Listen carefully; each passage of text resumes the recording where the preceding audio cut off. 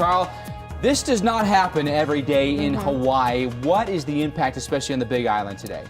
Well, I think one of the main impacts is going to be very heavy rain and a lot of high surf on top of that. And we're talking about potentially several inches of rain that could lead to flash flooding. The good news in the last several hours has been the thunderstorms have really collapsed around the center of this thing. There's still a little area of storms, but when the thunderstorms collapse like that, it reduces all the impacts all the way around. So let's take a look at the latest from the Central Pacific Hurricane Center.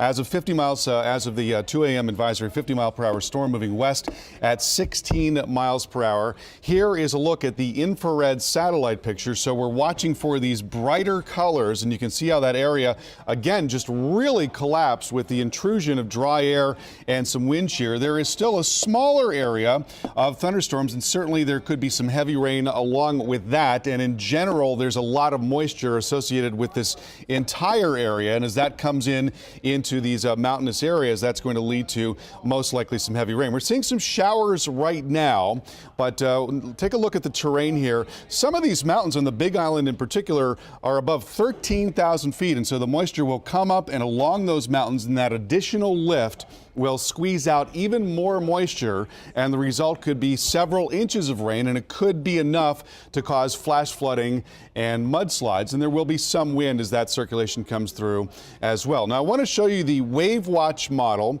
and so we're looking at right now these contours as they get into these green colors indicating 13 to 16 feet wave heights, and then also getting up to about 20 feet there in the green. So again, we're looking at right now. We'll step forward and we'll go back here and we'll step forward and go into this afternoon. So here we are looking at this afternoon at 8 a.m. It'll be 8 a.m. Hawaii time, but this afternoon East Coast time, and then going into tonight, which is going to be 2 p.m. Hawaii time. You see that there are some pretty high waves that make their way onto the north shore of the Big Island as well as into Kauai, and then starting to get over towards Oahu, and that's going to be going towards 8 p.m. their time tonight. This is 6 very early in the morning our time, and 8 p.m.